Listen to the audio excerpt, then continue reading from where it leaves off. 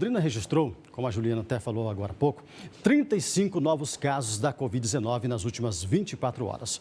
O aumento rápido na cidade e na região também preocupa os especialistas. Nós vamos conversar agora com o Felipe Felipe Remonde, que é chefe da Divisão de Vigilância em Saúde da 17ª Regional de Saúde. Felipe, existe a possibilidade de voltar a restringir, inclusive, a circulação das pessoas com o fechamento do comércio novamente? Boa tarde para você. Boa tarde, Cid. Boa tarde a todo mundo que nos ouve. É um prazer estar aqui falando com vocês. É um assunto extremamente importante. E essa possibilidade do fechamento, do aumento do distanciamento social é uma possibilidade concreta, né? A gente não pode dizer quando ou com qual intensidade, em quais setores, enfim, isso ainda carece da discussão pelas autoridades municipais de Londrina e dos demais municípios da região, mas é uma ferramenta que a gente não descarta a possibilidade de utilização em função do aumento do número de casos, e agora a gente entra numa fase da epidemia que é a fase de aceleração.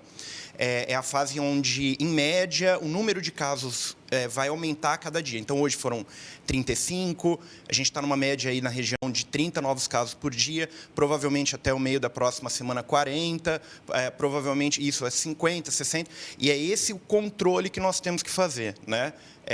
Por quê? Para que o nosso sistema de saúde ele tenha condições e capacidade de assistir essas pessoas da maneira mais adequada possível. Nós vamos passar pela fase de aceleração, não tem possibilidade de não passar por isso, só depois da aceleração que a gente entra na desaceleração e no controle. Então, todas as ferramentas elas são extremamente úteis aí para os gestores públicos poderem avaliar o que vai ser feito. Essa semana, né, e o que preocupa bastante, que essa semana aqui, a gente recebeu informação de que a Londrina chegou à capacidade de 60% dos leitos. Já estava na média de 45, 50, agora chegou a 60, já começa a preocupar. É uma questão preocupante, né? Existem ainda algumas diferenças na forma de avaliar essa taxa de ocupação, né? Nós estamos trabalhando para tentar harmonizar isso, mas, de toda forma, a gente também tem ficado um pouco preocupado. Então, se você pensar que de ontem para hoje, você comentou nessa edição, 10 pacientes que precisaram do atendimento numa unidade de terapia intensiva. Em média, este paciente, quando ele tem o coronavírus confirmado, ele vai ficar nesse leito durante 10, 11 dias, né? Então, não é um giro, a liberação de leitos não é tão rápida. O poder público tem trabalhado muito para ampliar esse número de leitos, né?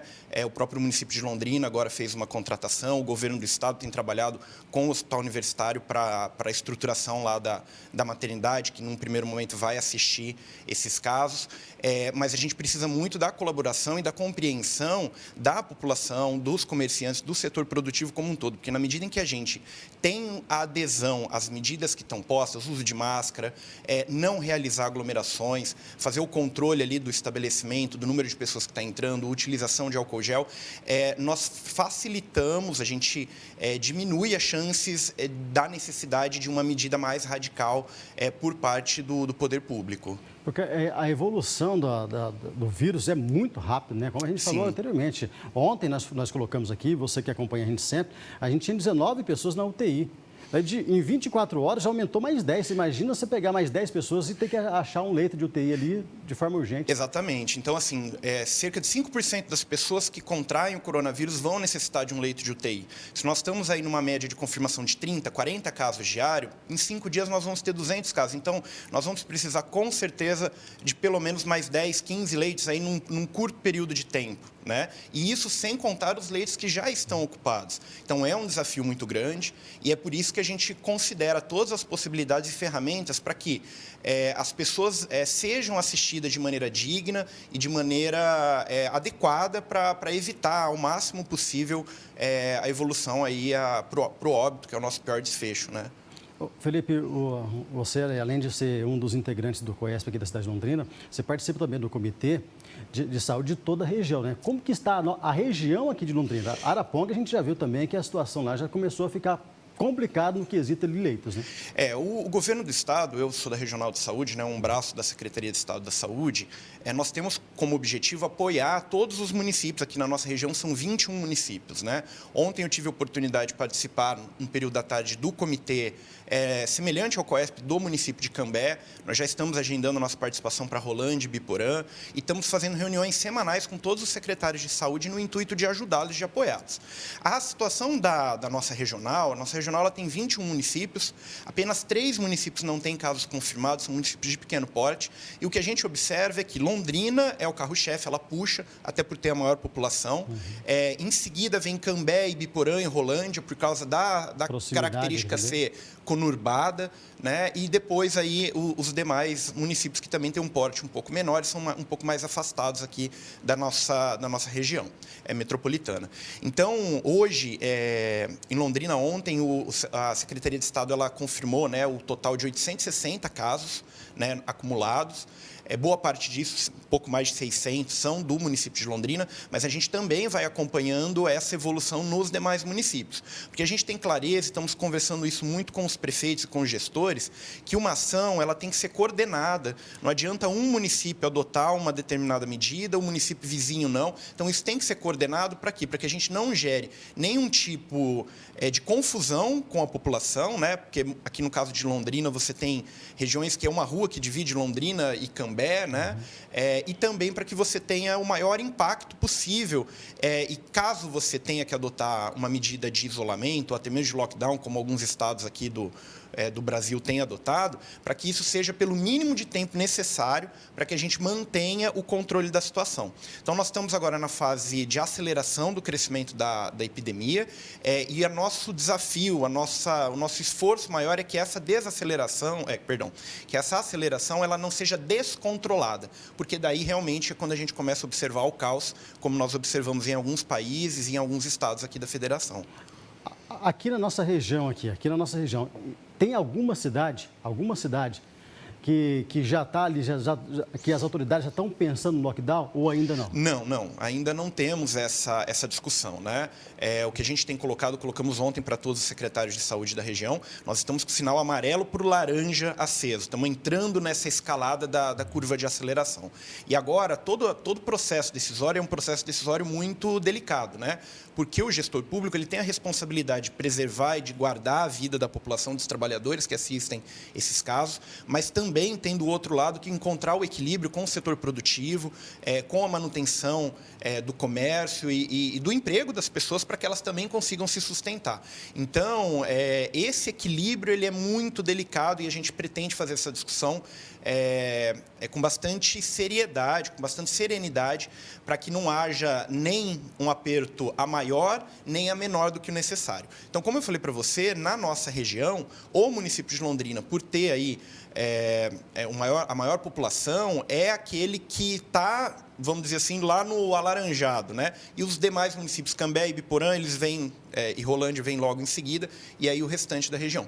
Agora, se você for olhar para o estado do Paraná como um todo, nós temos outras regiões do estado que já estão passando por uma situação um pouco mais delicada, como a região de Cascavel e outras, né? Mas então esse acompanhamento ele tem que levar em consideração todas essas características e os dados epidemiológicos de cada localidade. Olha, essa semana, inclusive, o secretário de Estado de Saúde, Beto Preto, numa entrevista que ele nos concedeu, falou que nos próximos dias vai ter, né, algumas outras medidas pelo governador do estado, pelos membros desses trabalhos que estão à frente da Covid-19 e pode ter, sim, medidas drásticas também para o estado todo, né? Isso, como eu coloquei de início, é uma ferramenta, a gente sabe que é uma ferramenta amarga, mas é uma ferramenta que ela é necessária e tem que ser usada com muita sabedoria.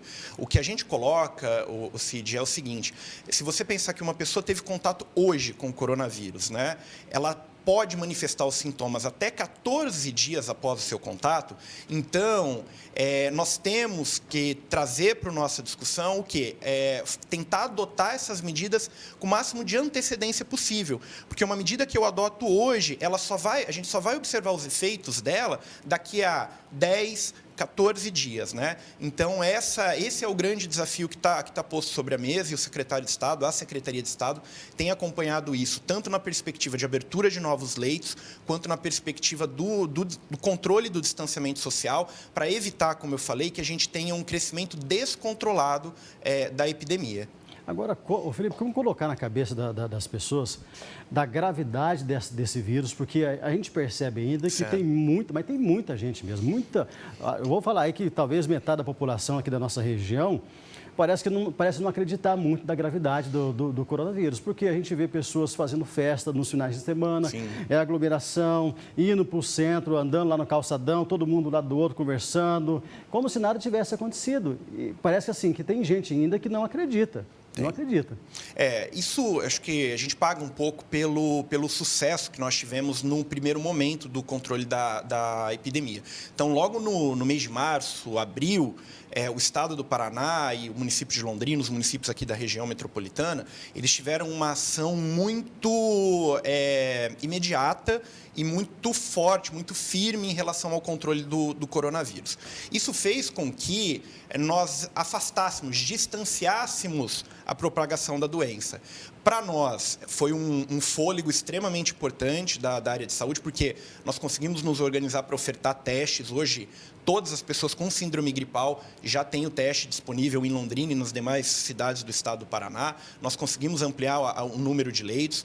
Agora, a população em contrapartida, né, por outro lado, a população ela desacreditou. Ela falou, olha, essa doença ela não existe, ela não está próxima de mim, aquilo tudo que eles falavam não aconteceu. E, na verdade, nós vamos passar agora pelo momento de aceleração. Então, as pessoas têm que ter clareza disso. Olha, 15% das pessoas, né? A gente fala 15%, às vezes é um número abstrato, mas vamos colocar aqui, ó, nos próximos 3 dias, se a gente continuar nesse ritmo aí de 30 pessoas por dia, nos próximos 3 dias, a gente vai ter aí, com tranquilidade, 15 pessoas que vão precisar de enfermaria, vão precisar de internação, que mesmo depois de recuperadas, tem e mantém uma falta de ar, uma prostração por mais 10 dias, então a pessoa ela acaba ficando, não consegue trabalhar, e a gente está numa letalidade, né, que é o número de óbitos, em torno de 3%. Então, nós estamos falando de vidas, né, de pessoas que têm nome, que têm sobrenome, que têm família, que vão passar por um momento de dificuldade, que vão, inclusive, poder perder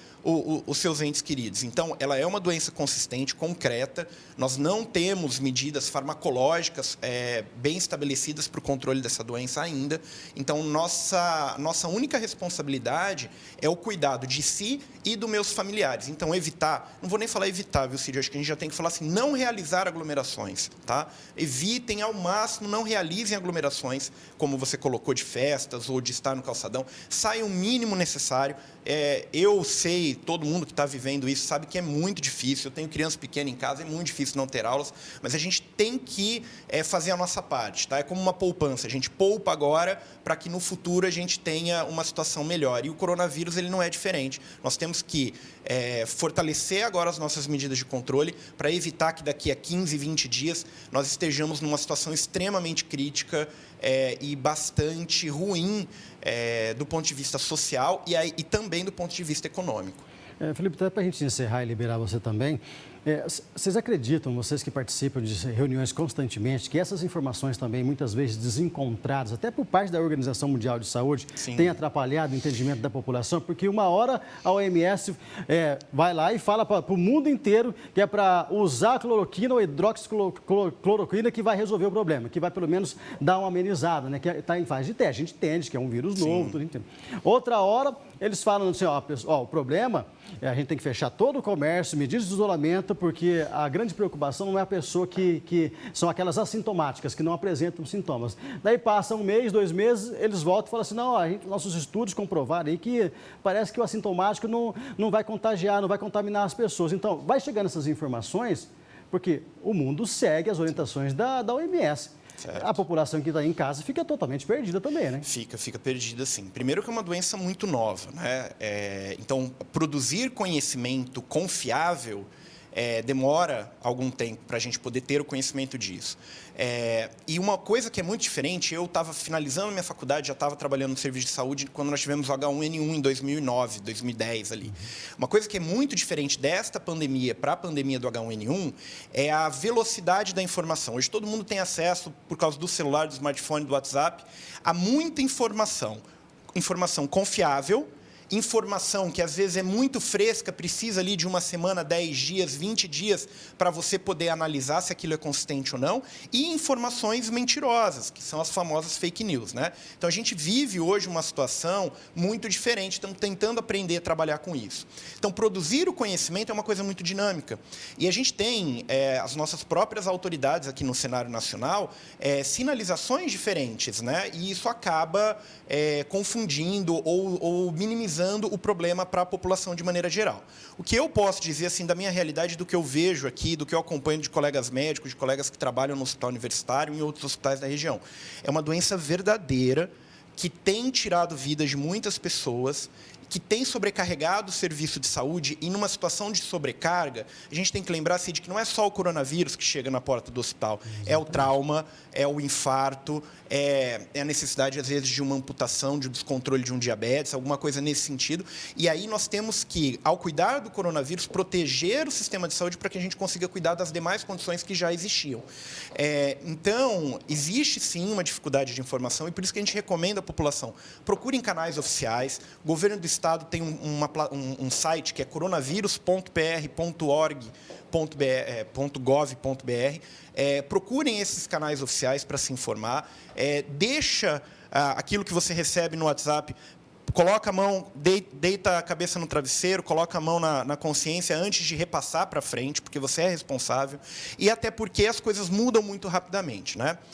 Então, temos que tomar esses cuidados. E tem um ditado, né? Minha avó sempre falava, o seguro morreu de velho, né? Eu acho que é isso que a gente tem que adotar neste momento de incerteza. É melhor a gente se segurar, garantir as medidas de controle e de distanciamento, até que nós tenhamos aí um pouco mais de clareza de como proceder frente à questão do coronavírus. Maravilha, Felipe. Muito obrigado pela sua participação aqui no nosso Trabalho. Imagina, eu que agradeço a oportunidade. Obrigado, abraço, bom final de semana para você também.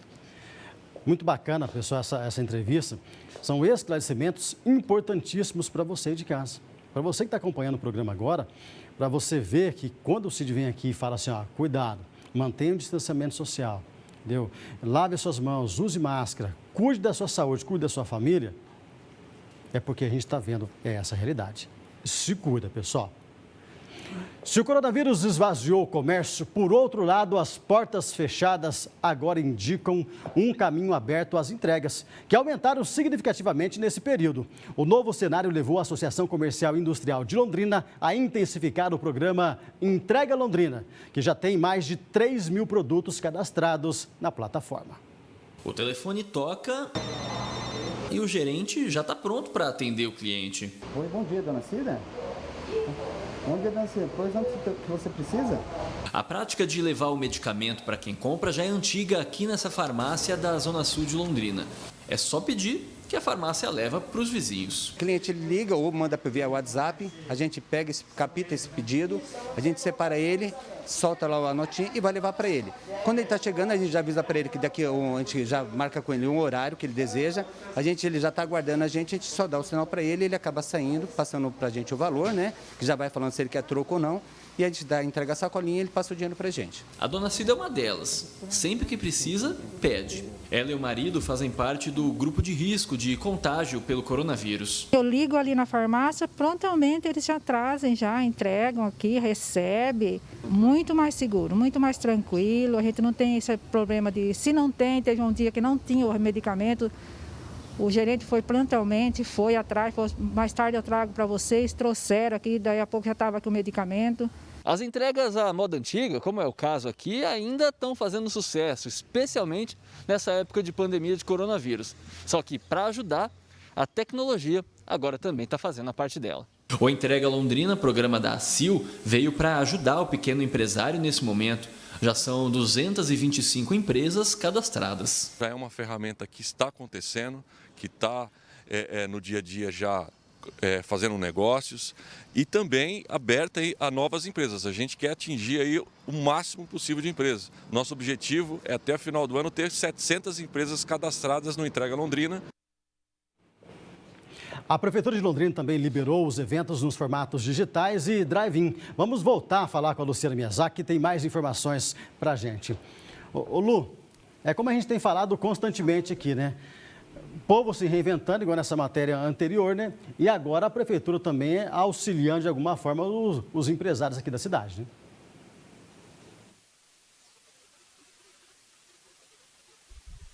Exatamente isso, né, Cid? Até porque o setor de eventos e turismo vem sofrendo muito com essa pandemia, isolamento social. A gente tinha um levantamento inicial de 105 eventos cancelados, já está muito mais que isso. Um prejuízo inicial de 11 milhões de reais também já passou disso. Imagina o que isso significa para a economia da cidade e para muitos empresários.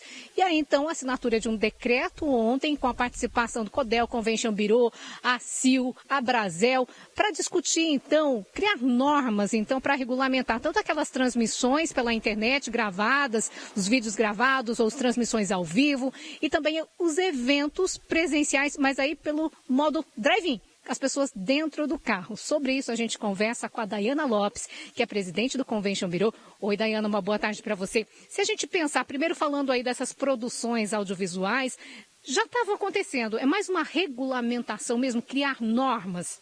Exato, boa tarde. Sim, os eventos em estúdio, eles já aconteciam, porque a única modalidade que a gente pode ainda participar é de evento digital, só que ele realmente precisava de uma regulamentação. A gente tem que considerar a quantidade de pessoas no estúdio, considerar as condições de higiene, então máscara, álcool gel, tem que tomar cuidado em qualquer ambiente. Isso não estava regulamentado, portanto agora passou a ser. E se a gente pensar em drive-in, a gente teve, por exemplo, alguns cultos, algumas coisas sendo realizadas nesse método, que as pessoas ficam no carro, não podem sair, distanciamento. O que poderia ser realizado aí em drive-in? Olha, essa é uma ótima alternativa, começa a movimentar o setor, fornecedores começam a voltar a trabalhar. A gente imagina que shows podem ser realizados, filmes, cinema. Então, assim, agora vai do fornecedor a criatividade de trabalhar com isso. O londrinense precisa de algumas opções para sair de casa, com segurança, então o drive-in veio com uma oportunidade para toda a população. E como seriam essas exigências, por exemplo? Olha, o decreto, ele é muito seguro, tá? Então, assim, as pessoas dentro do carro, elas têm que ter a mesma convivência, eu não posso juntar meus amigos, entrar no meu carro e participar de um evento desse. Tem um controle de distância entre os veículos, sanitários somente com máscara, com todos os cuidados de distanciamento, especial também atenção na parte de alimentação, que só não vai ser permitido só em relação a take-away. Então é uma série de exigências e de normas realmente para as famílias ficarem seguras. Já existe algum projeto nesse sentido aí, pedidos aí para a realização desse tipo de evento? Existe sim. A gente recebeu de várias frentes, aí, de vários empresários, então o londrinense eu acho que pode se preparar. Vai ser uma opção legal para a família toda, mais de uma. E a gente tem que participar também para privilegiar esse pessoal, ajudar esse pessoal que realmente está precisando trabalhar e que tem muita qualidade no serviço. São alguns passos aí para retomar, porque a gente sabe que é um setor que vem sofrendo muito, né? Muito, muito. A gente entende que esse começo, a gente sabe que não é o ideal, mas dentro da nossa realidade é o que a gente pode fazer. Então é um começo a pequenos passos. Estamos trabalhando agora na norma dos presenciais, para que tão logo pudermos voltarmos a fazer. Como estão essas negociações, então, para a retomada dos eventos presenciais? Olha, agora a gente está trabalhando nas normas junto com o governo do estado, trabalhando com normas principalmente considerando a quantidade de participantes nos eventos. E a gente está bem adiantado com essa documentação, assim que a gente entender que a prefeitura entender também que a situação do município começa a ficar mais tranquila, a gente submete, eles analisam e a gente tem que torcer aí para voltar o quanto antes. Não tem data definida ainda. Não dá para fazer uma previsão se é daqui a 1 mês, 2 meses? Não dá. A gente considera algumas cidades aqui do estado, por exemplo, Foz do Iguaçu já tem um decreto que eventos a partir de 400 pessoas podem ser realizados no final de julho, agosto 1.000 pessoas e setembro mais de 3.000. Claro que também Foz depende da situação do vírus, mas aqui a gente está seguindo uma normatização também com Curitiba, que deve seguir nessa linha, porém eu acho que, eu não posso dizer aqui, mas assim, julho eu acho cedo ainda, eu acho que ainda é um risco muito grande. E quando a gente conseguir um ok da prefeitura, esse documento já vai estar na mão dele, então vai depender muito do londrinense até a questão de todo mundo estar consciente aí para a gente voltar o quanto antes. Tá certo, então muito obrigada pelas informações. A ACIL, Associação Comercial e Industrial de Londrina, também participou dessas discussões. Então vamos ouvir o que disse o presidente Fernando Moraes sobre esses eventos drive-in. Uma grande sacada, né? O pessoal da CODEL junto com o NOA, que a ACIL faz parte dessa, é uma entidade que faz parte desse grupo, que teve essa grande ideia de fazer um drive-in. Esse pessoal começa já a trabalhar novamente, porque esse pessoal está simplesmente parado, somente fazendo lives, fazendo digitais. Então é uma grande sacada, com certeza vai dar um movimento um pouco maior aí para eles começarem a trabalhar novamente.